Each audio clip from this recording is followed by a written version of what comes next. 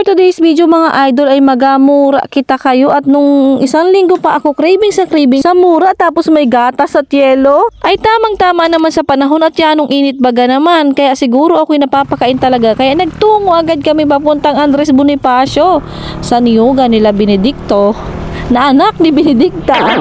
Ay saglit lang nga ni ay naandito na kami gawa ng ito'y malapit lang sa amin.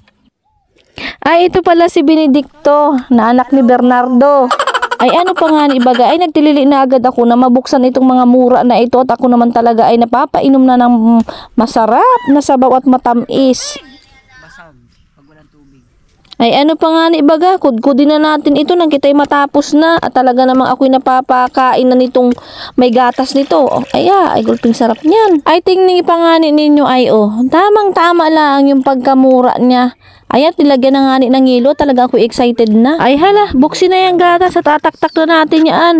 Uy, sarap man din. Ay, sinong napapakain na dyan? Sigurado biglang cravings din kayo dito. Siguradong makakapagpahulog kayo ng mura niyaan. Dalawa na nga yung pichel namin ginamit. Ay halos hindi pa magkasya. Talaga namang umapaw sa sabaw ang aming buko. At ito kainan na.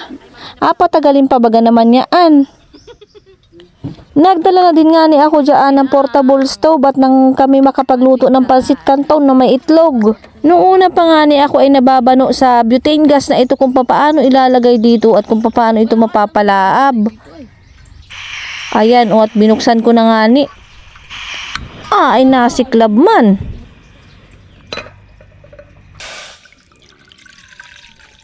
At kung kami kanina ay tatlo laang, ay ngayon ay kami dumami na at sumunod ang aming mga kaibigan.